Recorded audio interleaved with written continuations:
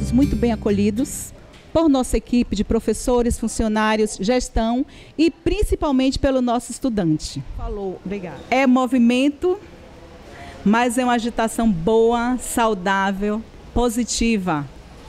Porque a gente que trabalha com estudantes, que trabalha em escola, sabe que o dia a dia é este mesmo.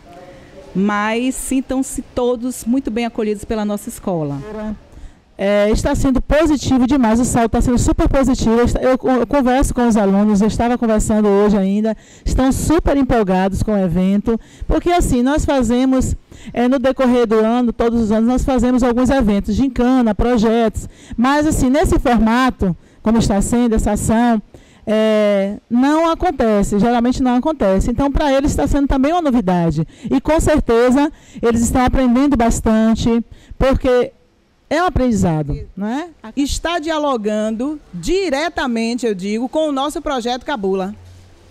Nós estamos trabalhando o projeto Cabula e vem uma atividade cultural que valoriza a cultura local. Então, para todos nós, isto é uma riqueza.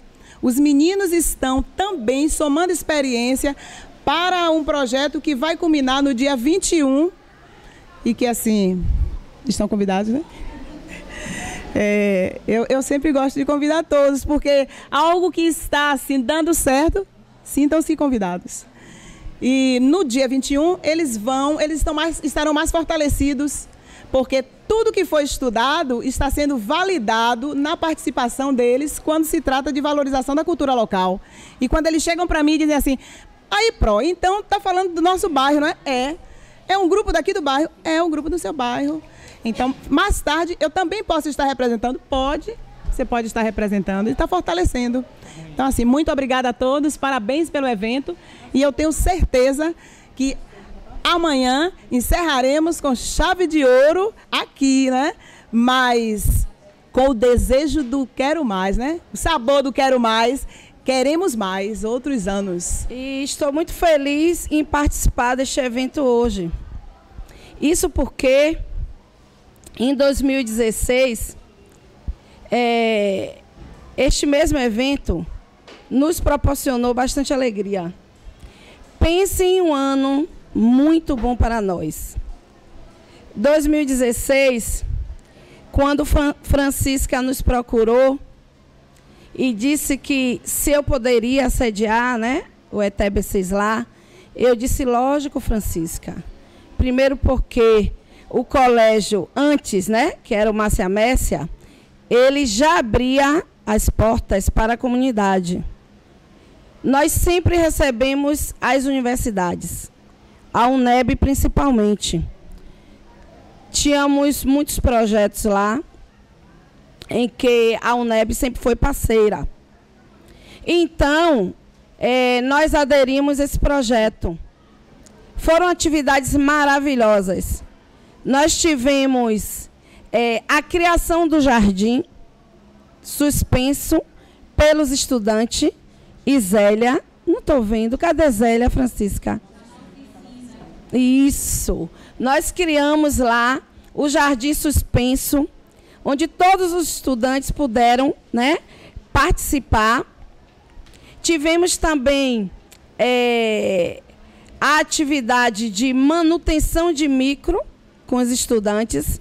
Essa atividade foi realizada aos sábados e os estudantes estavam lá. Tivemos a oficina de finanças, controle financeiro. Também motivação para o mestrado. Além de diversas outras oficinas de grupos de pesquisa da UNEB, né? Estudantes que compareceram na escola. Todas essas atividades deixaram, assim, coisas boas. Porque quando a escola, ela é uma escola de diálogo, ela é uma escola que abre para a comunidade, a gente só tem a ganhar. A escola, ela fica dinâmica, participativa, a comunidade abraça nossas atividades. Na feira, no dia desse evento que aconteceu a feira, nós tivemos também a participação dos grupos culturais que temos na escola, que são 4 companhias de dança. Então, todas essas companhias puderam participar deste evento. Então, para nós, assim, foi uma marca enorme. O Zumbi tomou uma outra dimensão a partir do momento que Paula chegou naquela escola e semeou essa semente. Né? Semeou essa semente de tal forma que frutificou e até o ponto da gente colher só frutos. Né? Uns amadurecidos a pulso, outros azedinhos, outros doces demais, mas faz parte da luta, né? Só tem vitórias aquele que luta. Então, tenho muito a agradecer esse momento aqui e estar falando em nome da minha escola. Apesar de estar fora de um espaço, mas não estou fora da identidade de uma escola. Aonde vou, carrego esse nome. E sou feliz por estar escolhida, não sei até quando, mas gestora do Zumbi dos Palmares. Obrigada, gente, por me ouvir. A gente acredita que a fundamentação da economia solidária, que é possível a sociedade em outras bases. É possível uma sociedade movida pela cooperação e não pela competição. Isso é muito forte, por isso quem tem força e segue. E o TBC nasceu lá na incubadora. E turismo multibásico e comunitária tem tudo a ver com a economia solidária, os princípios são os mesmos. O princípio é coletivo, é valorizar o local, é a cooperação, é a autogestão. Então, nasceu lá. Por isso, essa alegria, quando a gente se encontra e vê, e parabenizar vocês todos. Porque o trabalho na escola eu acho muito importante e vai criando semente, como vocês falam. Para ouvir mais e aprender com quem vive o cotidiano escolar. Porque eu acho que esse aprendizado diário quebra todas as teorias que a gente anda lendo e pensa que está formando professores e gestores de escolas. E o que eu observo, falando já do lado do muro da universidade, é que por vezes a gente tem a teoria, mas não tem a vivência. Então, façamos de uma prática nossa levar essas pessoas das comunidades para dentro das escolas, que elas têm muito a nos ensinar. Estava chamando a atenção que o evento articula as escolas como protagonistas. Na verdade, as escolas representam a comunidade, que passa a ser protagonista, e a universidade como parceira. Uma diferença na articulação que seria o padrão da academia, né? Que a gente já tem como resultado desse projeto do turismo de base comunitária a delimitação do espaço ocupado pelo antigo quilombo de Nicásia, o antigo quilombo Cabula. A sede do quilombo ficava exatamente no alto da Engomadeira e no alto do Beiru, onde está, aliás, a Escola Zumbi dos Palmares. A Escola Zumbi dos Palmares está bem em cima do quilombo, onde era o quilombo. Não se justifica, não conheço nenhuma universidade no mundo, nem historicamente, que tenha nascido da pós-graduação. Não existe. Ela nasce da graduação. E é ela que a gente tem que fortalecer. Por quê? Para melhorar a escola. Para beber na escola, ouvir a escola, receber o eco da escola, o que é que está acontecendo, e formar de fato e de verdade professores. Isso não é fácil, não. É muito difícil, né? Formar professor é algo muito difícil e complicado. E por isso que a gente retorna aqui. E eu quero, com essa fala de aprendiz, né? Ouvindo vocês dentro da escola de novo, que a gente é bom sentar aqui na carteira de vez em quando e ouvir as pessoas. Agradecer em nome da pró-reitora, Maria Celeste, do magnífico reitor. Nós reconhecemos a excelência do trabalho da professora Francisca de Paula, que também não é favor nenhum, é o reconhecimento, é honestidade pela qualidade do trabalho. E dizer que, do ponto de vista da gestão, de uma gestão extensionista, é isso que a gente tem que fazer. Eu não acredito muito nessa conversa de tripé universitário, não, viu? Eu acho que quando você pensa, esse tripé já devia ter desabado um pouco, um bocado de pé atrofiado. Eu gosto de um grande pilar, onde a gente possa construir um grande abrigo para que todas as ideias possam chegar e sair dela. Porque esse negócio de tripé, acho que já cansou, esse discurso já está gasto, e é um bando de pé atrofiado que às vezes não resolve nada. Então eu gosto mesmo do pilar. Eu sempre acreditei na escola valorizando a comunidade local. Eu sempre acreditei na escola, ela iniciando a partir da realidade, da vivência dos sujeitos que compõem essa comunidade escolar, e não um prédio frio construído em um espaço. E pensem vocês que poucos são os anos que isso acontece na minha vida. E este ano aqui na Escola Visconde de Itaparica, a felicidade é grande, porque assim que cheguei acreditando que um dia esse momento aconteceria. Então, para mim, é uma realização. Tivemos um momento muito breve o ano passado, com o professor Alfredo e os alunos, com uma pesquisadora também renomada, Janice Nicole, e os professores, com Francisca também presente o tempo todo, nos orientando, com o Carlos Eduardo, que também tem um trabalho de pesquisa interessante. Então, assim, hoje nós estamos engateando e acredito, né, assim como Francisca caminha para a aposentadoria, nós caminhamos para a aposentadoria. Eu não tenho pressa, eu não quero me aposentar enquanto eu não ver um terreno sólido. Acredito que da agora em diante só temos a crescer e a contribuir com as outras escolas. Gostaríamos de ser vamos dizer, não quero dizer referencial, mas está disposto a ajudar aquele que estiver engateando, porque nós estamos engateando. Quem quiser engatear junto conosco, estamos de braços abertos. Foi também muito aprendizado. E também a expectativa, porque os outros diretores estavam falando da experiência que tiveram. E eu relatei a experiência, assim, a expectativa de receber.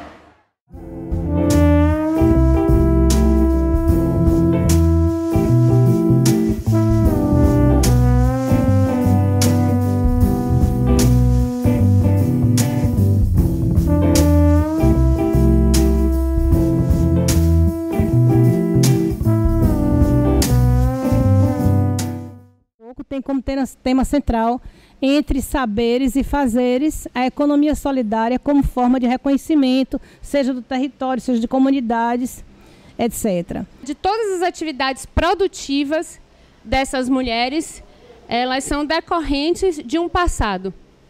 Muitas estão retomando, através das suas associações, algo que já estava sendo perdido, porque as novas gerações, em função de novas demandas, estavam se distanciando dessas atividades produtivas, porque não queriam mais estar, né? E até porque todas essas atividades são basicamente rurais, né? Ou é mariscagem, ou é pesca, ou é plantação de condimentos, de folhas medicinais, ou é plantação de coco, enfim, são atividades agrícolas. O conhecimento foi o vetor de transformação dessas mulheres. Todas elas, sejam no Brasil, seja na Colômbia, afirmaram que depois que elas souberam dos seus direitos, depois que elas adquiriram o acesso a informações, a vida delas mudou por completo. Então, o que mudou mesmo foi o conhecimento. Eu não sabia de nada que eu sei hoje. Eu entendo que foi para todas as pessoas. Depois que passamos a conhecer nossos direitos, adquirimos o respeito e a admiração da nossa comunidade. E hoje ajudamos a decidir o que deve ser feito aqui e ainda ajudamos a solucionar problemas. E essas mulheres, assim como o mito da Oxum, né, essas mulheres não eram chamadas, principalmente, e como eu convivi mais com as marisqueiras, nas reuniões de pescadores, as mulheres não eram chamadas para participar. A minha apresentação é uma provocação para a gente pensar outras economias possíveis. Como é que os gêneros de experiências solidárias estão ajudando a gente a pensar e conceber outras formas de economia para além do capital. Companheira, me ajude, que eu não posso andar só. Eu sozinha ando bem, mas com você ando melhor. Essa é uma cantiga feminista que, para mim, traduz muito o que as mulheres vêm fazendo na economia. Vêm fazendo e sempre fizeram. Dizer que isso é um movimento atual também seria anacrônico e descontextualizar a história das mulheres, que essas redes de cooperação vêm de longa data. Eu acredito que muitas de nós mulheres temos nas nossas histórias particulares e individuais a lembrança de uma outra mulher que tornou a vida das nossas famílias possíveis, seja dentro da própria família, ou seja uma vizinha, uma amiga, que auxiliou e ajudou na trajetória de outras mulheres.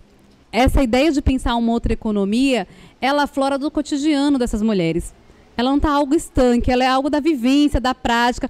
Todas nós nos deparamos em alguma fase da vida, em algum momento, com a necessidade de ressignificar, ou como a gente chama, dar um jeitinho no que está aí.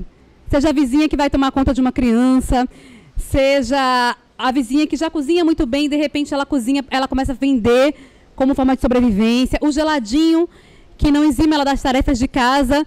Então essa produção ela faz parte do nosso cotidiano.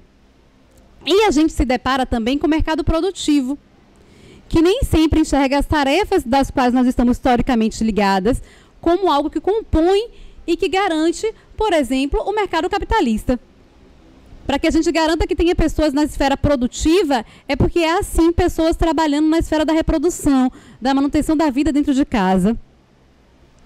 E aí a gente dicotomiza o público e privado, como se a rua fosse uma coisa, como se a casa fosse outra, como se eu só trabalhasse fora do meu espaço doméstico.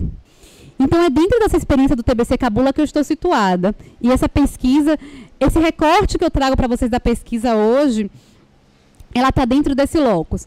Dentro desse locus dessas 17 localidades que compõem no nosso compreender quando eu falo nosso compreender, no compreender da comunidade, porque é quem nos auxilia a demarcar esse mapa, que a gente está ali lindo, representado pelo Panô, e que a Luciana, que está aqui, também nos ajudou a pensar o que é esse antigo quilombo do Cabula e o que compõe isso. Nesse antigo quilombo do Cabula, que motivado por um projeto de extensão da professora Francisca de Paula, a gente começa a pensar o turismo de base comunitária a partir das experiências comunitárias, surge de um evento como esse, em 2012, de um evento como esse, em 2012, lá na UNEB, um grupo de pessoas, e nessa ocasião não eram só mulheres, um grupo de pessoas que começaram a perceber que partiam das mesmas premissas, que tinham as mesmas necessidades e que juntos poderiam andar melhor. E aí a gente não tinha só mulheres, mas pessoas que entenderam que podiam andar melhor, que podiam passar por isso e enfrentar isso de maneira coletiva. E aí a gente tem o coletivo de arte e cultura do Cabula, que é o CUTART, que vai ser fundado a partir desse encontro de turismo de base comunitária. A Chapada Diamantina ela é reconhecida por suas belezas naturais e reconhecida, inclusive, por um jeito, um comportamento, né, que faz parte de um olhar que é produzido de fora para dentro, que demora um pouco, assim como suas águas são escuras, para quando a gente pisa naquele território, a gente entender o que ele é. Então, quando eu fui como turista para a Chapada Diamantina, porque eu vou fazer concurso para o IFBA lá, por esse encanto, né, que a região ela vai despertando no turista, por suas belezas naturais, eu fui desvelando aos poucos aquela que seria a maior riqueza da Chapada Diamantina e que até então não se revelava para mim, que é o diamante da Chapada Diamantina, que não é a pedra preciosa, mas o diamante negro, que são as comunidades quilombolas que estão incrustadas nesse território. Então, a Chapada Diamantina, só a cidade onde a gente atua, ela tem 11 comunidades quilombolas. No território todo, você já tem mais de 60 comunidades reconhecidas e algumas em processo de reconhecimento. Entretanto, nesse olhar que se tem para a Chapada, isso não é necessariamente o que é visto, né? Então, diante disso, o Semente Crioula olha para essa realidade dentro de um recorte racial, diga-se de passagem, né? Que é o nosso recorte central, a gente trabalha com comunidades quilombolas, e a gente começa a refletir como é que o nosso projeto pode dialogar com essas comunidades, não é a gente chegar como salvador da pátria, porque isso a gente aprende muito mais com eles do que eles com a gente, mas como a gente pode dialogar com essas comunidades e a partir daí gerar um projeto que seja significativo para aquelas pessoas, né? Tanto é que, acho que a Ana Carla pode completar, o projeto não surge como ele tem o formato que a gente tem hoje. Nossa primeira etapa foi conversar com a comunidade, foi conhecer a comunidade para saber quais são as expectativas, quais são as demandas, quais são os desejos, quais são os medos, quais são os anseios. E esse primeiro conhecimento, esse contato que vai originar num segundo momento, aí o projeto Semente Crioula, né? Passando para os resultados. A primeira edição do Semente Crioula, ela vai aumentar em 1000% a aprovação dos quilombolas no IFBA. A gente só tinha um aluno de comunidade quilombola e não era das comunidades quilombolas de Ceabra, né? Depois a gente vai passar a ter 11. No segundo ano, nós temos dificuldade para a realização do projeto. Por quê? Porque ele é complementar à política de ação afirmativa. E uma sociedade, para entender a necessidade de ações afirmativas, precisa se compreender enquanto racista, né? Se está difícil isso nos grandes centros urbanos, imagine em Ceabra, que ainda é uma região profundamente marcada pelo coronelismo e pelas relações que o coronelismo deixou. Então, nós tivemos dificuldades terríveis de realização do projeto, mesmo com esse resultado. Pensem que é você chegar e encontrar uma sala ou outra. Nós tivemos dificuldades de todas as sortes. Dificuldades internas e dificuldades também nas escolas, inicialmente, onde realizávamos o projeto. De todas as ordens. A gente vai enfrentar isso, né? Nesse ano em que as dificuldades ocorrem, não existem aprovados quilombolas para o IFBA. Então, os segundos anos que eu dou aula hoje, não tem aluno, são turmas com perfis completamente diferentes. Você entra e tem um negro que é de Boninal, tá bom? Mas assim, ou um que é da periferia de Ceabra, mas você não vai ter outros. Que isso é uma vergonha, isso prova, não é a importância do projeto, na verdade isso prova a violência do racismo. O menino entra com inúmeras dificuldades, né, dificuldades de aprendizagem, mas que ele traz para ele, né, e que de certa forma dentro do ambiente escolar isso é construído como um fracasso seu. Então trabalhar com isso para que ele não seja tomado pelo desânimo diante das reprovações em uma escola como o IFBA é outra coisa que a gente faz. Então tem monitoria, tem uma série de outras ações que são internas.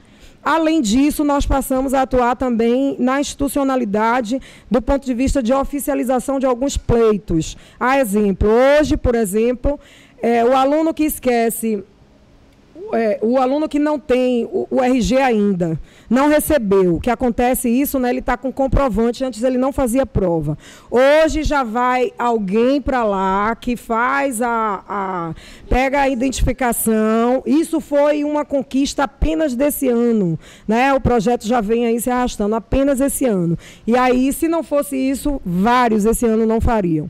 Outra coisa também, a gente tem atuado junto à instituição para o estabelecimento de uma bolsa que seja específica para o quilombola. Então, a gente conseguiu no campus de Ceabra já pleiteou isso para a reitoria, já vai entrar na assistência estudantil. Porque existe o PIB de diversidade, mas se você não chega na universidade, você não vai ter acesso a ele. Então, antes disso, as instituições federais precisam se organizar para isso. Então, a gente já está batalhando pela institucionalização de uma bolsa permanência. E, além disso, uma das coisas que a gente mais atuou é na forma para você comprovar a sua vulnerabilidade socioeconômica, que esse era o entrave. Então, a gente ainda não conseguiu a vitória que a gente quer, que é assim, sendo considerado de comunidade quilombola, já ateste a condição social do aluno, ainda não conseguiu isso, mas nós conseguimos a flexibilização de algumas regras, né, do edital que impediam o ingresso de muitos desses meninos. Tecnologias sociais que emergem de saber popular. Então, entre saberes e fazeres,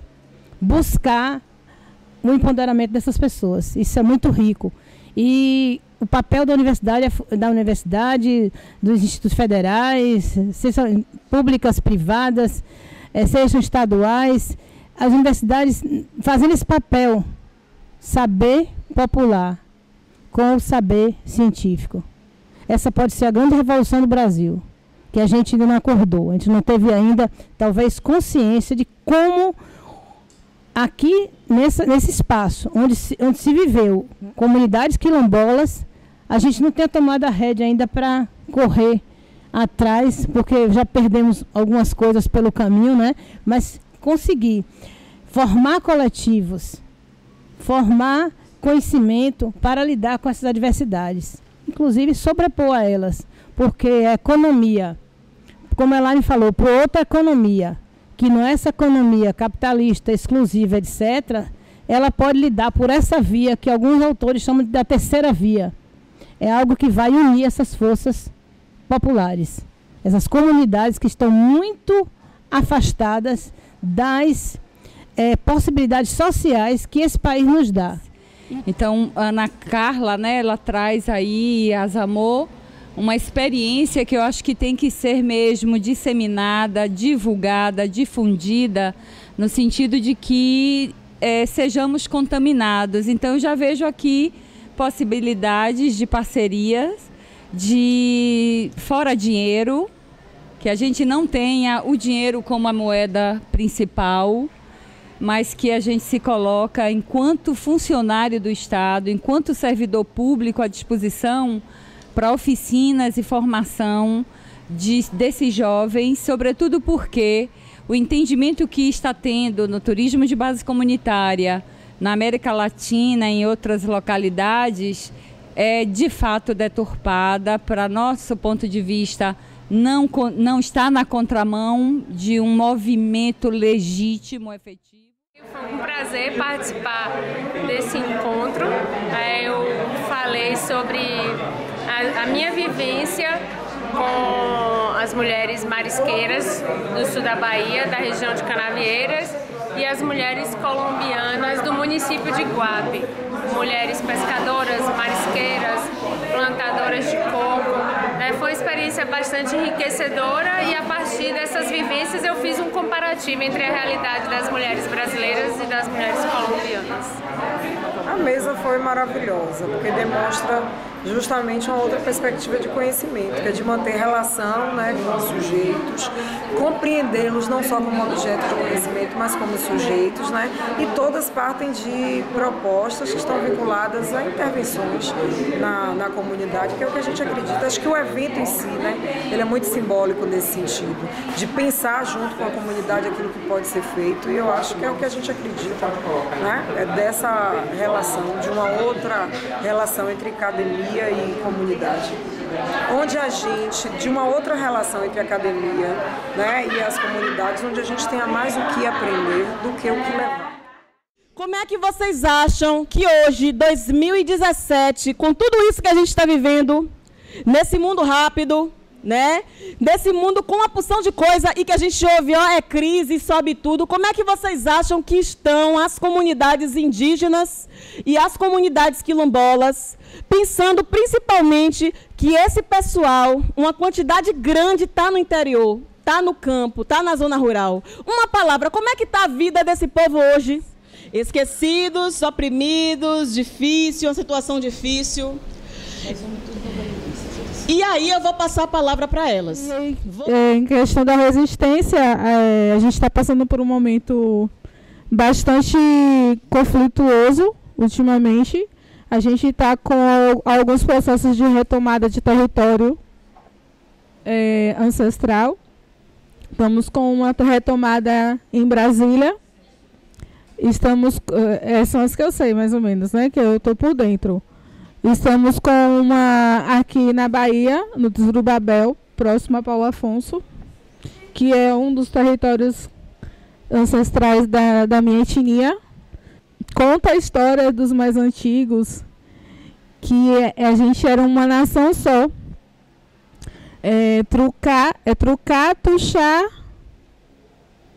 Trucatuxá, acho que, se eu não me engano, Tumbalalá, era uma nação só, era um só. E aí eles se dividiram, isso.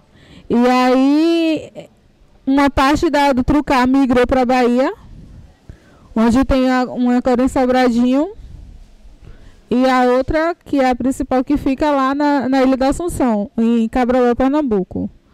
Ultimamente a gente está sendo taxado de vagabundos, que não fazem nada, que só andam viajando, que andam subindo e descendo, mas ninguém sabe o que é que a gente passa para estar subindo e descendo, para estar correndo atrás da melhoria para quem vem atrás. Porque eu digo, Valéria, eu tenho 4 anos de UNEB, eu tive que reingressar no meu curso, porque por conta da militância eu perdi por faltas nas matérias, e eu estava para ser jubilada da universidade. Pelo regimento da universidade, você tem um prazo para cumprir as matérias.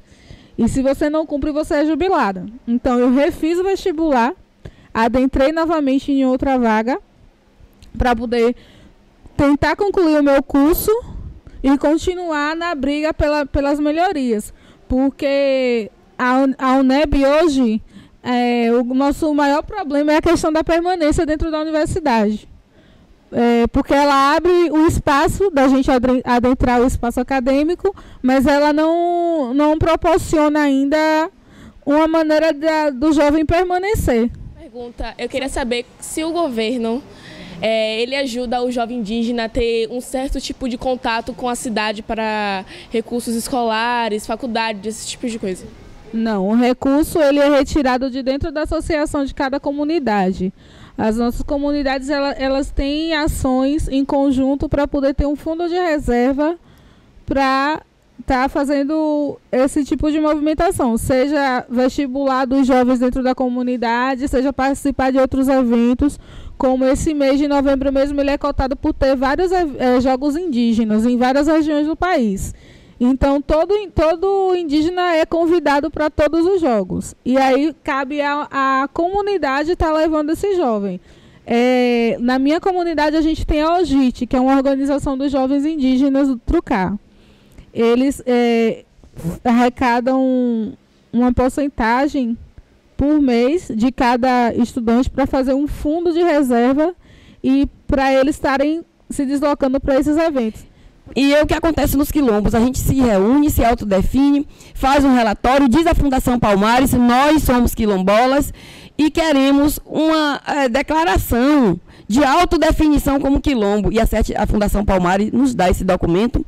A partir daí a gente se reúne de novo, vai até o INCRA e falamos para o INCRA, nós queremos a titulação de nossas terras, porque o que o quilombola, o povo de forma da zona rural, precisa de terra para viver, para plantar, porque é a partir daí que ele vai tirar o sustento dele, porque a maioria são pessoas analfabetas, essa é a realidade, ainda são. Quem ficou lá o tempo todo, que não saiu para estudar, para trabalhar fora, ainda muitos deles, mais de 70% são analfabetos. E aí eles precisam de trabalhar lá e também fixação na terra, precisa de criar seus filhos, dar estudo a seus filhos, nós precisamos de terra. E aí é o INCRA que faz esse papel de envia um antropólogo, como o nosso quilombo de Tabuleiro da Vitória está em estudo antropológico. A antropóloga já está lá estudando para detectar e fazer o relatório, a gente entrega ao INCRA, e a partir daí o governo vê quem é o dono das terras, entre aspas, né, que eram terras de área de escravidão, da mão de obra escrava, e que a lei diz que toda a terra que pertenceu a essa mão de obra escrava, que tem ainda pessoas descendentes dos negros escravizados, eles têm direito à terra. E é isso aí que se busca, em primeiro momento, é uma autodefinição. Eu sou negro, eu tenho direito, eu vou lá e aí provo, tenho um documento na mão. A partir daí é que você busca as políticas públicas. Você não pode, você tem tudo lá, tem usina, tem tudo que qualquer pessoa que chega lá vê que é um quilombo.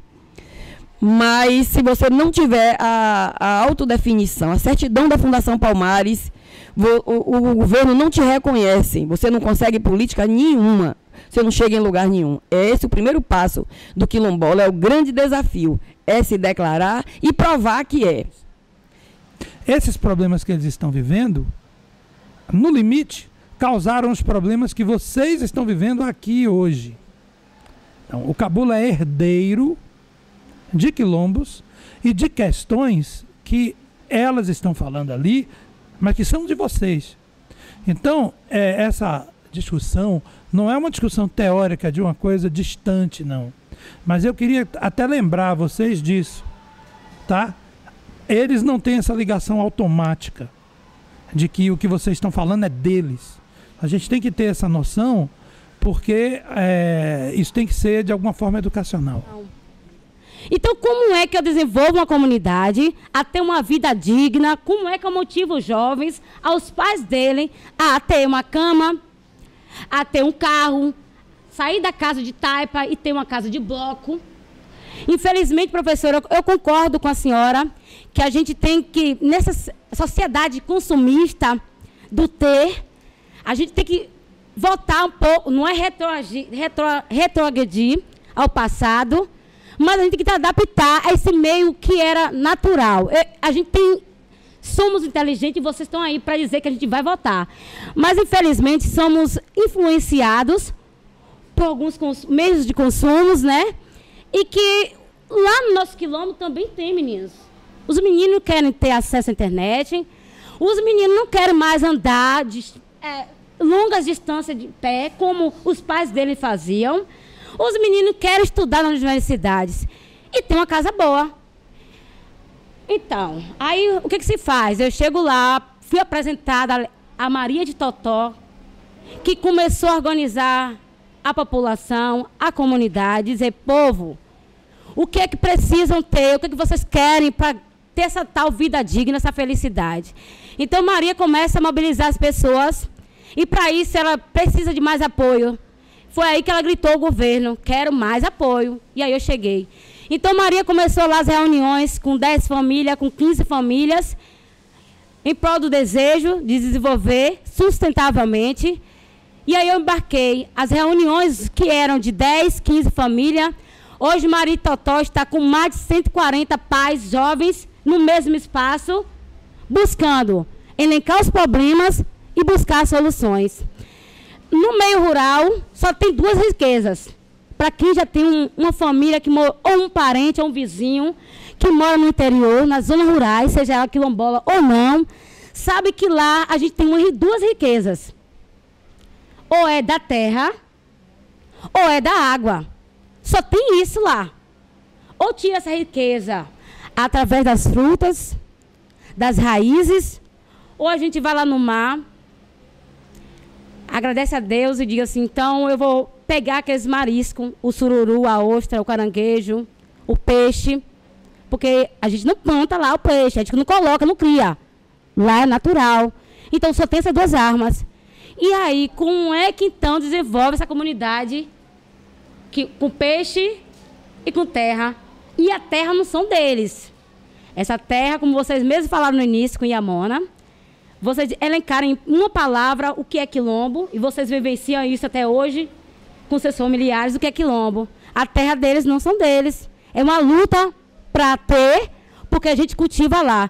Então, meninos, meio hectare e um quadrado de terra, professora, a gente tem que levar um pouco de tecnologia aos saberes, porque lá estão pessoas inteligentíssimas, tão quanto nós estamos aqui.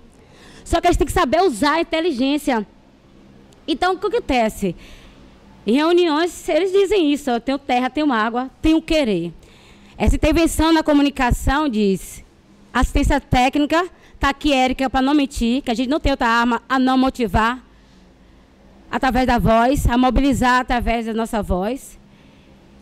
E essas famílias, então, esses conhecimentos populares, que ali naquele quadradinho tirava um saco de empim, um saco de citro, de limão, um saco, eu falo assim, bem popular, um saco de laranja, que levava para a feira e que vendia ou trocava por outro tipo de alimento, um feijão, um arroz.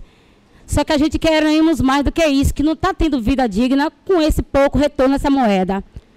Então, o que é que um técnico faz? A gente diz assim, olha, a gente tem um pouco mais de tecnologia, entrega esse saber popular e vamos produzir, então, nesse quadrado, que esse quadrado de terra, ele dê mais de 2 sacos de raiz de mandioca e que esse quadrado, ele dê mais, então, 2 sacos de aipim e mais fruto doce, porque a gente vai buscar mais mercado. Que o nosso jovem, professora, nosso papel é buscar oportunidades, buscar parceiros, que entre nesse sonho, junto com Maria Totó e Maria Juscelene, toda a comunidade quilombola, para instrumentalizar nossos jovens, ter acesso a universidades, ter acesso a essa vida digna, porque a gente preocupa em tudo, a produção, o cuidado com a terra, o cuidado com o ar. Então, se a gente tira uma madeira, a gente vai botar uma outra planta lá, a gente vai reflorestar. Porque a mesma coisa que você sofre aqui com falta de água, a gente também sofre lá. Só que a gente quer ter nossos negócios e que esses negócios do homem, né, os negócios agrícolas, que o meio de trabalho deles não interfiram nas gerações futuras. Então, é essa vida sustentável que a gente quer. Nós queremos. Para a gente tem a liderança e a gente reconhece as lideranças, mas é importante nessa relação de vivência em comunidade a gente perceber que todo mundo é liderança. Então, nesse processo, e é muito interessante isso, que a gente está num processo de desmame. Porque com o retorno de Maria de Totó para lá, a princípio foi a descrença. Vai nada, vai ajudar nada. Como é que vocês voltam e querem pensar? Não duvido uma pessoa que viveu 30, 40 anos na capital, volte assim. Aí vai, as coisas começam coletivamente a desenvolver. E aí as pessoas ficam num condicionamento de essa liderança é o único caminho para resolver. Só através dela a gente resolve. Então a gente está num processo de desmame, de apontar, faça você. Você coordena essa reunião, você vende, você faz, você organiza a outra pessoa, os jovens, fazer com que outras pessoas que necessariamente precisam assumir seus papéis, isso tem feito com que as outras comunidades quilombolas do entorno, elas também tenham organizado, outras associações de mulheres estão surgindo e a gente tem conseguido garantir que as coisas funcionem da forma como tem que funcionar, com todo mundo agindo. Achei bastante interessante o espaço.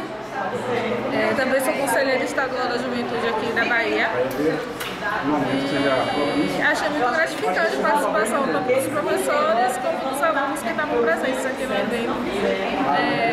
É algo novo para mim e espero ter cada vez mais esse espaço para poder estar. Como é que você pode falar? Você vai contar qual que dia agora? Espalhando conhecimento, né? Conhecimento nunca é demais. Trazer para aqui, para este momento, representações, mulheres líderes do campo, de comunidade quilombola, mulher líder de comunidade indígena, foi a possibilidade de um momento interessante de encontro e de descoberta, redescoberta do si. Porque as nossas matrizes estão lá, estão nessas populações. E nós precisamos cada vez mais ampliar a nossa percepção sobre de onde viemos para reprogramarmos os nossos passos para diante. Então, nossos passos vêm mesmo de longe, mas trazer as pessoas que vivenciam de forma mais próxima essa ancestralidade em face da continuidade de tradições, como acontece com povos quilombolas e com população indígena, isso é fundamental. A mesa foi uma mesa bastante heterogênea, composta por representantes indígenas, representantes da comunidade quilombola, representantes de comunidades que trabalham com marisqueiros. O debate versou bastante em relação às suas experiências, suas vivências dentro das comunidades, as dificuldades enfrentadas por essas comunidades, por essas pessoas que são, na maioria, representantes de etnias que foram historicamente silenciadas, né, na sociedade, e versou muito sobre essas experiências, né, como é o dia a dia, o cotidiano deles, como é a questão da educação, né? Como é que permeia as políticas públicas, né? Como é que o poder público enxerga e quais são as ações do poder público dentro dessas comunidades, né? As deficiências, a ausência do poder público também. Isso foi uma mesa bastante interessante, foi um debate bastante interessante, muito enriquecedor. Contou com a participação de alunos da Escola Vestido de Itaparica. Eles fizeram uma dinâmica, um rap que discutia essa questão do desperdício de alimento dentro da escola. E foi bastante interessante essa movimentação, esse engajamento deles em relação a essas questões. Então, assim, foi bastante produtivo, né? Foi muito pertinente de ser foi bastante enriquecedor. Com a participação deles, os alunos, são os interessados, são os objetos, ou se melhor dizendo, são a causa desse evento aqui, né? Então foi bastante. Tem um ditado africano que diz o seguinte: se você quer ir rápido, vá sozinho. Se você quer ir longe, vá com os seus. Então é exatamente isso. Você vai rápido, você vai sozinho. Você vai sozinho, você vai rápido. Agora, um momento qualquer, você está só. E você pode cair, você pode desaparecer. Se você vai junto, você vai muito mais longe, a sua construção permanece, e é isso que a gente chama de ancestralidade. É a gente lembrar das ações que as pessoas fizeram na nossa vida por anos, por décadas e por centenas de anos. Né? A gente chama de SAI, é o Sistema Agrointegrado. Isso, na verdade, gente, é a maneira como a gente está construindo a nossa agronomia sustentável, a nossa agroecologia nos terreiros, nas comunidades de matriz africana. Qual é o sentido do círculo? O sentido do círculo, e é por isso que vocês estão aí no meio semicírculo, é fazer com que a nossa energia ela circule com maior facilidade. Então, a Ecocampo hoje ela tem 4 professores do Campus 17 ajudando. A gente tem uma parceria com o IF Baiano de Bom Jesus da Lapa, porque a gente também faz um trabalho de agroecologia e quem faz esse aporte técnico, esse suporte técnico, são os alunos do IF, dos cursos de agronomia, agroecologia e agricultura. E a gente tem os alunos de administração, essa parte mais de gestão, dos cursos de formação, para formação de preço, para marketing, produção, logística. E aí, assim, a gente hoje incuba 7 grupos de mulheres. Desses 7 grupos, 4 trabalham com artesanato e 3 trabalham com produção para o PA, porque elas produzem alimento, né, para a questão da aquisição de alimentos. Eu trouxe só algumas fotos, mas aí eu vou falar do que elas fazem. E aí, como o Léo explicou mais ou menos o que é essa questão da economia solidária, e eu não vou adentrar no conceito, mas assim, são todos essas associações, elas são de cunho de economia solidária porque trabalham a questão da autogestão, elas mesmas, a gente dá o curso, mas a gente deixa elas seguirem o rumo delas e elas é quem decide o que vai fazer naquele momento ou não, o que é mais urgente ou não. A gente também tem a questão da tecnologia social, porque a gente sabe que a tecnologia, apesar de ser processos, produtos que trabalham essa questão da inovação, cada local tem a sua particularidade, então nem tudo que dá certo aqui em Salvador vai dar certo em Bom Jesus. Nem tudo que dá certo em Guanambi ou no Sertão Produtivo, né, Mara? Vai dar certo lá porque até o clima é diferente, então a gente busca essas tecnologias sociais, mas a gente faz a adaptação disso para aquela localidade que a gente tem lá. A gente tem uma zona entre Caatinga e Cerrado, então é diferente. A questão, por mais que a cidade seja banhada pelo São Francisco, a gente não tem essa irrigação nas comunidades, assim. Agora mesmo a gente está vendo um conflito muito grande no território do Rio Corrente com Correntina por conta do que foi feito lá em uma das fazendas, porque eles desviaram o leito do rio para fazer a irrigação dentro da fazenda e deixou várias comunidades ribeirinhas sem água.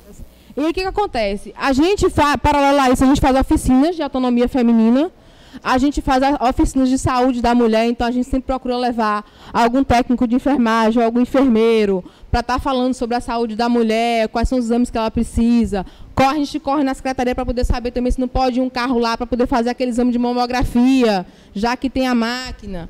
E aí os ministros de administração, o que eles fazem? Eles dão os cursos assim, de uma forma muito básica e assim, de uma linguagem que elas consigam entender, porque tem umas que não sabem ler, sobre custos, como é que elas devem calcular o custo disso e como é que ela pode vender aquele produto, sobre a fazer a etiquetinha para poder dizer de onde é que é aquele produto, quem foi que fez aquele produto, porque se alguém comprar um pacote de biscoito, por exemplo, eu gostar de algum bolo caseiro e quiser encomendar mais, ter sempre a etiquetinha para saber onde é que pode ligar para a pessoa entregar em casa. A gente conseguiu também verba para poder elas fazerem, padronização, o layout dos potinhos, o que elas vão levar para a feira. Recentemente a gente também conseguiu incluir o nome delas na feira territorial, então todo mês elas têm a barraquinha que elas podem expor os produtos delas de artesanato, e doces, e bolos e tudo mais. Então nós montamos, como eu sou professora da faculdade há 8 anos e eu sou técnica universitária, né, de um concurso anterior há 20 anos. Então, nesse cargo de técnica, eu já trabalhava com comunidades na extensão da universidade. E aí, nesse trabalho com as comunidades, a gente oferecia cursos de tricô, de artesanato, para as mulheres, né, dali, da comunidade onde nós tínhamos um centro de extensão. E quando eu cheguei no centro de extensão, que foi quando eu voltei do mestrado, que eu fiz aqui na UNEB, meu mestrado em desenvolvimento regional. Então, quando eu voltei, me perguntaram onde eu gostaria de atuar, para devolver um pouco para a comunidade aquilo que eu tinha aprendido aqui no mestrado. Então, eu fui para o centro de extensão E lá, vendo as mulheres fazendo pano de prato, lá, como é muito frio, era outra coisa que eu ia falar para eles, estamos a 1000 metros acima do nível do mar, né? Eu fui para lá esse final de semana, usei bota no joelho, que eu cheguei apavorado do frio. Meu marido disse que é porque eu já estou me bandeando para o lado do soteropolitano e nem reconheço mais o clima de minha cidade. Lá é muito frio, então produz muito cachecol, toucas, luvas, né? E as mulheres, elas iam para lá fazer, algumas para se livrar de processo de depressão, né? Outras por prazer mesmo, né? Todas donas de casas, mães. E quando eu cheguei lá, que eu fui observando aquela produção muito bonita, uma criatividade assim, eu vi as barraquinhas ali, lembrei logo delas lá, né? E eu vi como elas podiam gerar renda daquilo ali. Então é isso, tem histórias que são passadas para a gente que a gente às vezes internaliza e pensa que é a verdade absoluta. E uma delas é que a gestão societal, não é, que é produzir nas comunidades, não gera dinheiro, não gera renda.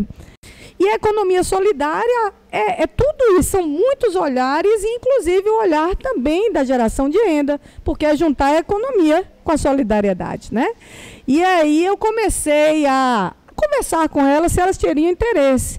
E elas se animaram demais quando perceberam que era possível comercializar aquilo que elas faziam. Panos de pratos assim luxuosíssimos, né? E aí nós começamos o trabalho com esse grupo de 30 mulheres de artesãs, né? E minha primeira decepção, vindo do mundo da administração, foi essa, foi perceber que a gestão só redigia estratégias, manuais, cartilhas, ou para a empresa privada ou para a administração pública. E nossas comunidades, as organizações sociais ficavam de fora desse conhecimento. E quando eu cheguei, eu me vi na obrigação de utilizar estratégias adaptadas de outra realidade, não só de fora do país, como de uma iniciativa privada, que muitas vezes não era adequada ao diálogo com aquele pessoal, aquela comunidade. Mas eu fui seguindo, né, e fui cada vez ficando mais incomodada por isso. Então, esse grupo, por exemplo, nós trabalhamos durante 2 anos só em sensibilização, né? Conversando, dialogando, levando elas para capacitação, para mostrar o que era um negócio e que elas poderiam ter o seu negócio. E elas não acreditavam, não. E elas foram se apoderando, acreditando, né? Acreditando, enfim, nós criamos a cooperativa de artesanato Criar e Recriar, que foi uma maravilha lá, para a gente foi de uma gratificação muito grande, né? Conseguir aquele trabalho com aquelas mulheres. Para mim foi uma experiência maravilhosa, riquíssima. Fiquei muito feliz com a presença dos alunos, que às vezes a gente vem para a escola e pensa que vai conversar só com professores. E aqui não, o aluno está aqui dentro da sala presente com a gente. Isso para mim foi uma surpresa e foi muito mais agradável ainda do que eu pensava. Foi importantíssimo estar fazendo parte dessa discussão dessa mesa, eu acho riquíssima as contribuições, a presença dos alunos aqui, ter um evento dentro da escola e não dentro da universidade. Eu acho que trazer a UNEB para fora dos muros da UNEB é muito importante. É dizer que eu estou super feliz e que eu espero contar com a minha presença em outros anos também da vida. A gente teve a felicidade de estar aqui nessa tarde, fazendo diálogo sobre economia solidária, sobre tecnologia social, mas principalmente sobre a vida humana, né? Como é que nós podemos nos conectar coletivamente, como é que a gente pode construir coletivamente nossa vida e principalmente como é que a gente pode resistir a toda essa avalanche, né, de desamor, de desafeto e de falta de democracia que hoje rege o nosso país. Então foi maravilhoso. Dizem Confidência Mineira, vamos pegar do século XVIII até o século XXI, a maioria desses movimentos chamados de movimentos populares são movimentos que foram capitaneados, liderados, né, pela elite, por intelectuais, por pessoas que estavam, digamos assim, no poder. Tá? Por quê?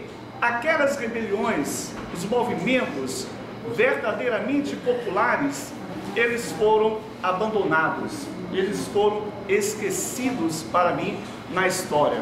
Só recentemente é que eles estão sendo, eu diria assim, estudados com cuidado. E aí o que eu vou colocar, a gente vai ter 3 momentos, né? É rápido. Um é o movimento em si, o que é o movimento.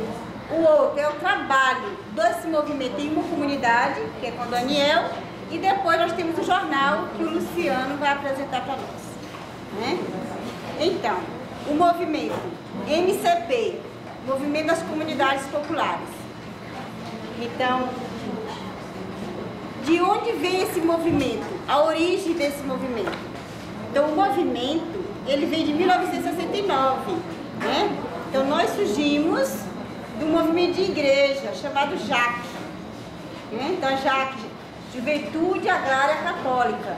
Era um movimento completamente só de jovem, atuava na área rural e, com o decorrer do tempo, se foi descobrindo que os problemas sociais não é só da juventude. Aí, a partir daí, né, na CTI, viu, juventude? Foi aí que eu ingressei nesse movimento. E nós começamos a fazer aquele trabalho de jovem, de adulto, os operários, os assalariados rural, né? E os pequenos produtores. Aí, no decorrer do tempo, chegamos mais em 1990, a gente disse, não, nós temos que dar um salto, né? Temos que evoluir esse trabalho nosso. Aí nós criamos um roteiro que nós chamávamos de AN 90. Aí esse roteiro, ele tinha 4 perguntas-chave para descobrir do povo os problemas. Quais são os principais problemas? Por que existem esses problemas? O que já foi feito para resolver e o que vamos fazer para resolver. Em cima dessas 4 perguntas que nós chamamos chave, nós desdobramos milhares de ações, né, a nível nacional. E aí nós chegamos à conclusão de que vamos criar um movimento para facilitar mais o pessoal pegar MCE, Movimento das Comissões de Luta, e começamos a criar a comissão.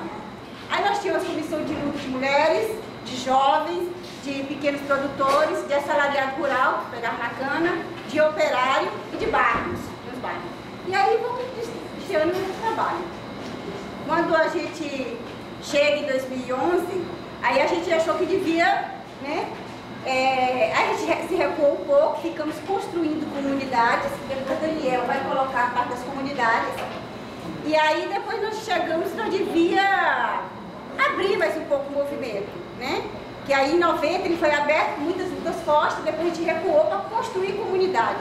Para a partir daquelas comunidades construídas, né, ser exemplo para demais. E aí depois chegou o ponto, em 2011, que nós devíamos abrir mais o movimento. Agora está a hora da gente resgatar as 4 etapas. Da JAC, do MEC, da CTI e do MCE. E aí foi aonde a gente fundou o MCP em 2011, agosto de 2011. O nosso objetivo, o que nós queremos com esse movimento? É construir uma comunidade comunitária para substituir o capitalismo, entendeu? Então, construir a comunidade comunitária para substituir o capitalismo por meio da economia coletiva, né? Democracia participativa e a consciência comunitária. Trouxemos algumas fotos demonstrando as atividades que são desenvolvidas lá na comunidade do Sítio Matias, né? É uma comunidade que estamos nesse ano fazendo a comemoração de 20 anos da comunidade lá e é desenvolvido estas atividades. Uma das atividades chefe que nós temos, que também está completando 20 anos, é um grupo chamado de Cesta Coletiva e Consórcio. Então, se cada reunião uma pessoa sai com uma cesta e o outro sai com um valor, um dinheiro. Isso do primeira reunião até a última. Assim se procede a Cesta Coletiva e Consórcio, né? O que é o jornal? 2006, até 2006, o movimento estava tudo embaixo de 7 capas. Ninguém sabia o que era o movimento. Ninguém conhecia, porque estava amadurecendo. Não podia colocar a cara para fora. Em 2006 sentimos, o movimento sentiu que naquele tempo estava em outro lugar, que estava na hora de botar a cara para fora. Porque o movimento sozinho nunca faz uma mudança. Então tem que partir para uma rede, não é? Como chama, uma frente. Aí começou a criar o jornal. O jornal tem 2 vertentes. Primeiramente, articular, informar internamente nas entidades, nas comunidades de 11 estados, informar o que cada um está fazendo. Aqui não tem política, não tem violência, não tem a polícia. Você abre o jornal, é tudo isso, tudo violência política. Aqui nada, é o positivo. O que tem de melhor nas comunidades populares, neste Brasil todo, e não só o Brasil. Então, primeiramente, dentro do movimento, comunicar, ter uma comunicação interna. Segundo, uma comunicação para fora. Então, a serviço das comunidades indígenas, quilombolas, em primeiro lugar digo quilombolas, camponesas, operárias e populares. Achei muito interessante tudo e acho que a coisa mais forte que tem, o avanço que vocês têm, é que a gente percebe a base comunitária funcionando como uma alternativa à economia padrão. Isso, para as pessoas que estão na gestação da base comunitária do Cabula, poderia ser um exemplo, porque a iniciativa, a universidade participa, a universidade está aqui, mas a iniciativa de criar uma base comunitária tem que ser das pessoas, da comunidade, e não da universidade. E nisso eles são um exemplo e acho que o diálogo é importante. Sim, por eu ser simpatizante da moeda solidária, da comunidade solidária e da economia solidária, por assim dizer, e sempre quando eu vejo algum viés que eu possa me encaixar, eu estou lá dentro tentando ver essa questão. Então, parabéns pelo trabalho de vocês, quero comprar o livro e parabéns mesmo, parabéns mesmo. Primeiro, mostrar o que é o movimento, o MCP, Movimento das Comunidades Populares, né? De onde surgiu, qual o objetivo, qual o seu projeto político. E dentro desse projeto político, nós temos a economia solidária, que é a nossa base da nossa autonomia do movimento.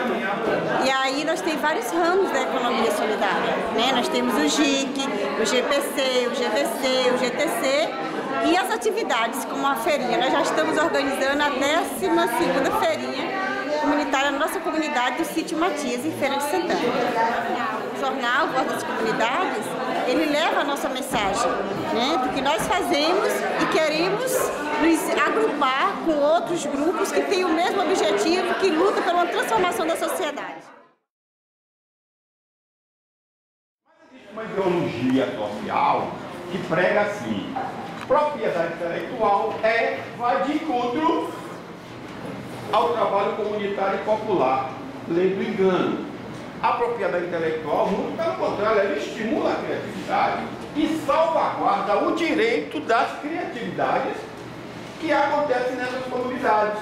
Em primeiro lugar, parabenizar vocês por um excelente evento, né? Realmente, a cada ano nos surpreendemos com a organização de vocês e os trabalhos apresentados. O trabalho é refletir na propriedade intelectual e economia criativa na UNEB. Então, aí eu busco mostrar o quanto a Universidade do Estado da Bahia tem produzido em termos de economia criativa e propriedade intelectual. Para você ter uma ideia, nós temos 11 registros de propriedade intelectuais e nós precisamos valorizar isso e buscar cada vez mais potencializar esta propriedade intelectual da UNEB. A Agência de Inovação tem jogado um papel fundamental nisso. Nós temos também o Centro de Referência em Humanidade, que desenvolve trabalho com a incubadora, com a economia criativa, com desenvolvimento humano, sabe? E com os direitos humanos também. Então são coisas que a UNEB está articulando e que merecem um registro, tá? Enquanto propriedade intelectual, enquanto direito autoral. Então o trabalho mostra mais ou menos isso. Como é que a UNEB, a partir do seu núcleo de pesquisa, a partir do NUP, consegue potencializar a propriedade intelectual. Então, em linhas gerais, querida, é isso. A análise da potencialidade do turismo de base comunitária pelas comunidades ribeirinhas por onde nós passamos. Então, o artigo trata-se disso. O objetivo, então, era refletir sobre a potencialidade do TBC nessas localidades, especificamente em Ilha Grande, que é um povoado do município de São Cristóvão, localizado no Rio Sergipe, e também em Brejo Grande, também também são situados os 2 municípios no Baixo Médio e o São Francisco. É uma análise das narrativas dos alunos e ex-alunos do Colégio Estadual Helena Magalhães com os projetos Turismo de Base Comunitária e Conteúdos Digitais, construindo saberes com as escolas. Há 3 anos atrás, o Colégio Helena Magalhães foi contemplado com o projeto Conteúdos Digitais, onde ofereceu à comunidade escolar oficina de vídeo, fotografia, edição de vídeo, fotografia, jornalismo. Na parte de turismo de base comunitária, nós tivemos gastronomia, hospedagem comunitária com o professor Tisso, nós tivemos roteirização, nós tivemos turistando pelo Beirut e tem algum que eu falei falar? E receptivo. Quando nós estudamos a história na escola, a gente estuda ou a Europa ou a região de São Paulo e Rio de Janeiro somente, focamos apenas nisso. Quando é passado por Bahia, é rapidamente, de forma superficial. E justamente esse é o projeto, trabalhar a escola e a história do nosso bairro, e a gente até hoje está continuando isso, em especial agora com a Helena Magalhães e com o Edivaldo Fernandes, ambos localizados no Beirut. Mas também outros colégios, como o Roberto Santos, que já foi trabalhado, o Márcia Messi, na Mata Escura, e o próprio Visconde de Itaparica também, assim como o Leomar Baleiro em Pernambués. Um projeto que foi feito com a comunidade e para a comunidade. O projeto foi um projeto que não veio, no caso, não é um projeto que vem de cima para baixo, um projeto imposto para os órgãos públicos, e geralmente quando vai fazer um estudo de algum bairro, de alguma implantação de algum parque urbano, acaba impondo. Não, esse trabalho foi feito em coletivo. Então a gente conseguiu, através dessas análises, a gente fez dinâmicas, oficinas, para tentar entender a visão dos moradores para a área do parque, né? A gente foi na Escola Estadual Márcia Messia, fomos na Maria Constância também, a Escola Municipal Maria Constância participou dessas oficinas. Então fizemos oficinas com jovens, né? De 14 a 17 anos, fizemos um mapa mental para ver a percepção deles para aquela área. A gente achou interessante que um aluno colocou logo o tráfico, aquela área para ele representa o tráfico de drogas, né? Então a gente olhou assim, poxa, que coisa, né? Como mudar esse pensamento? Nós apresentamos trabalhos sobre práticas colaborativas para a implantação do Parque Teodoro Sampaio, na área aqui do miolo de Salvador, né, que abrange 5 bairros, como Mata Escura, Calabetão, Arraial do Retiro, Barreiras e Jardim Santo Inácio. E foi uma ótima oportunidade estarmos aqui no ETBCE, né, apresentarmos esse trabalho, que o TBC foi um parceiro, juntamente com a residência, na elaboração desse trabalho lá com essas comunidades. Vou falar sobre o patrimônio cultural afro-brasileiro, que já é muito falado, a preservação e os museus. Essa cultura está nos terreiros. A cultura do terreiro é uma cultura muito forte e que ela não é falada, porque as pessoas ainda têm não sabem que o terreiro tem esse poder de conhecimento dentro do terreiro, né? Garantir a continuidade das manifestações culturais, trocar conhecimento entre o saber popular e o conhecimento científico e promover informação de dinâmica social cultural, a fim de resgatar, construir, manter viva a história e a memória dessas comunidades. Se você faz esse trabalho de registro, de tombamento, de avaliação, de inventário, essas ações, ações culturais, elas morrem. O objetivo é entender como essas pesquisas vinculadas ao projeto, eu não sei, o entendimento é que elas realmente estão no tronco do projeto, né? Como elas contribuem com soluções práticas para esta comunidade. E aí devemos dar os créditos à Pena, que foi quem desenhou esse mapa. Essa representação aqui ela é lindíssima. Isso aqui é um pano chamado panô, né? O panô foi costurado, que a palavra é essa mesma, costurado pelas mulheres do Tucarte, as artesãs do Tucarte. Isso aqui é a coisa mais linda para quem conhece, são aqueles pontinhos, chama dente de como é que chama? Dente de cão, eu conheço como dente de cão, né? Dente de cão, e ele mostra bem a delimitação do cabelo de uma forma bastante lúdica. O meu artigo ele trata do estudo da investigação do projeto de turismo de base comunitária e as soluções práticas que emergem dessas pesquisas, né?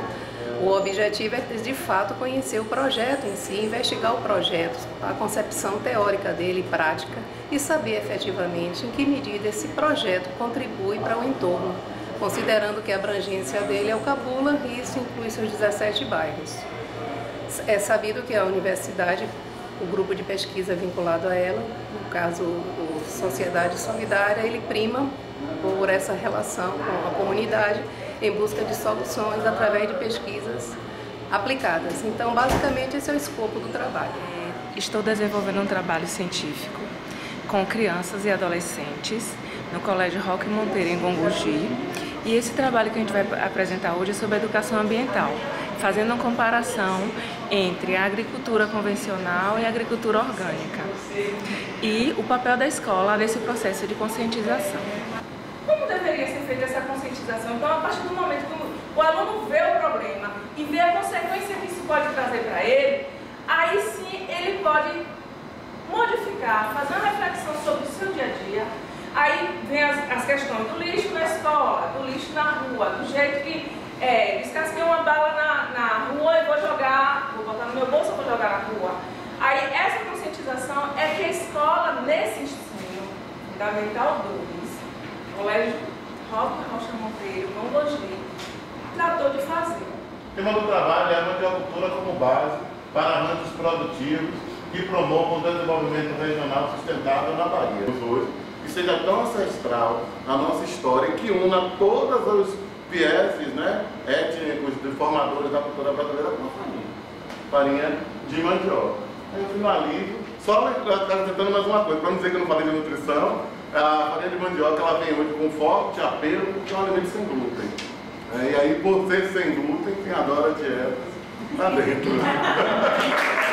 Titulada a farmácia universitária como espaço de fomento para a produção solidária de fitoterápicos. Com o passar do tempo, a medicina teve que evoluir com acompanhar a evolução das doenças, a evolução dos vírus, micro-organismos, bactérias, e o uso de plantas medicinais também acompanhou essa evolução através da sabedoria popular, passada de geração em geração. E essa evolução do saber gerou, por gentileza, a chamada fitoterapia. O que vem a ser a fitoterapia? Termo grego, terapia, tratamento, e fito, vegetal, cujo medicamento é obtido com emprego exclusivo de matérias-primas ativas de vegetais. Em outras palavras, a planta medicinal passada por um processo de industrialização resulta no medicamento fitoterápico. Então hoje eu estudo duas demandas, a formação de professores e a formação de gestores. E esse artigo traz uma concepção teórica sobre o campo da formação do gestor, o que a lei determina para a sua formação, do ponto de vista das políticas públicas, e o seu exercício de fato, que ainda não é concretizado. Então eu gostaria de primeiro mapear a fundamentação teórica desse trabalho, que está pautada basicamente na Constituição Federal, na Lei de Diretrizes e Bases e no PNE, que determina que haja uma gestão democrática. E o primeiro percurso para que essa gestão seja democrática é sua eleição. Então todo o corpo administrativo da escola, que é representado pelo gestor escolar, deve ser eleito. E essa eleição, inclusive, ela foi determinada no ano passado como culminância pelo PNE, como uma meta, inclusive, que toda a gestão fosse consolidada por uma eleição direta nas suas unidades escolares. Então a gente quer entender as demandas das políticas públicas e as suas aplicações do ponto de vista da metodologia do gestor e da sua equipe no fazer pedagógico para garantir a autonomia dos nossos educandos. Acredito que algumas escolas já estão fazendo, mas eu não tenho um trabalho de campo, porque a análise que eu faço é teórica e no segundo momento quero ir para campo para fazer esse diálogo da teoria com a prática. Como eu disse, o que mais me inquieta como professora é ouvir do meu educando o discurso. Professora, o campo da universidade traz uma fala brilhante, mas ela não consegue se reverenciar na prática. Então a gente tem que aproximar o campo da reflexão com o campo da ação para transformar o sujeito, de fato, com pessoas autônomas e, essencialmente, aplicar o tripé com uma unidade. Ensino, pesquisa e extensão. É o nosso desafio. Muito obrigada, estou aberta para debate.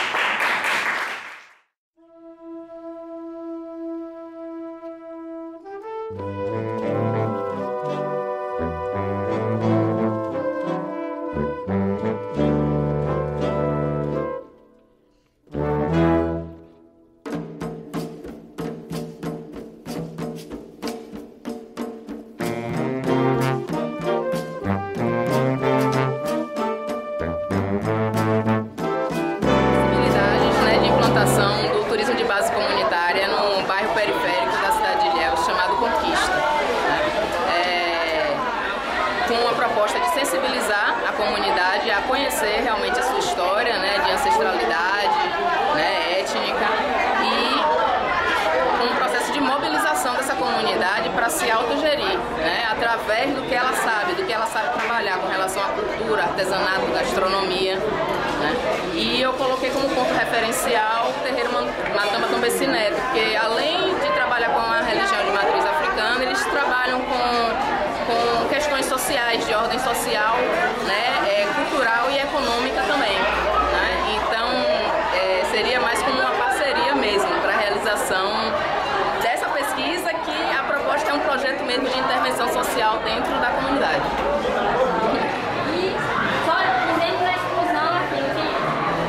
Que não contemplasse como é o tema, ou que não tivesse dados internacionais, que fosse o melhor, que a gente queria mais dentro das nossas raízes, dentro do nosso território, tá? E ainda não fez. O cuscuz tem uma tradição gastronômica, que é anual, ele tem um efeito de transmitir conceitos, transmitir costumes,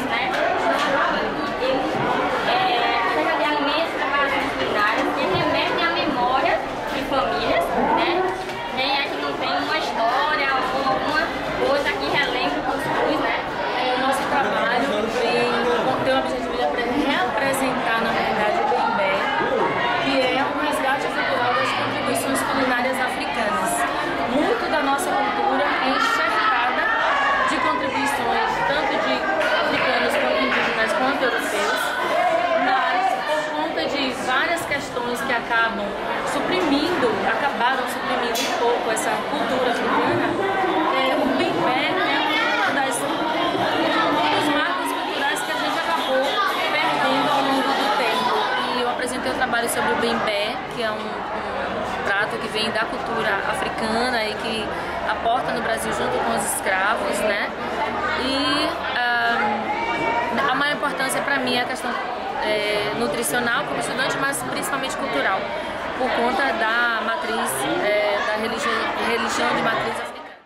A gente fez a relação sobre o perfil alimentar, que foi o sexo masculino e feminino. A gente fez a relação entre 359 pessoas falando sobre o perfil alimentar, sobre a alimentação de verduras, de frutas. E a conclusão foi que a maioria pode ter algum tipo de doença, diabetes, hipertensão.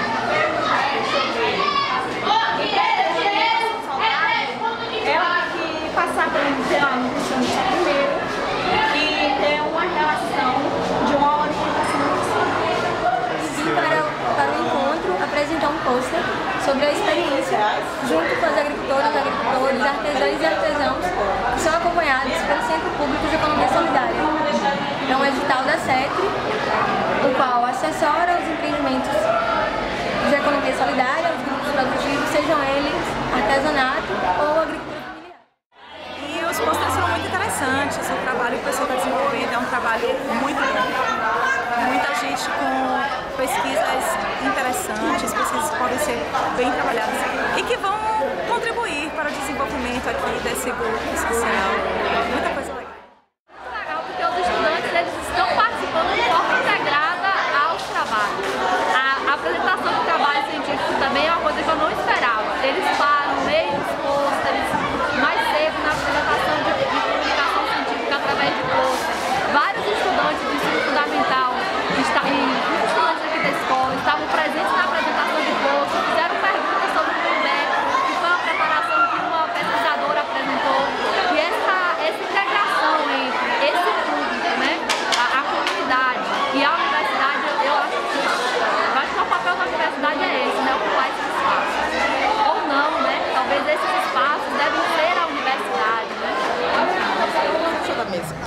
foi muito interessante. Ainda mais eu sou estudante de turismo, né? Então agregou muito mais a minha formação, porque eu não conhecia muito sobre turismo comunitário. Foi bem interessante, bem proveitoso a tarde. Gostei. Foram excelentes as comunicações, muitas contribuições, aprendi bastante, sem contar com a fala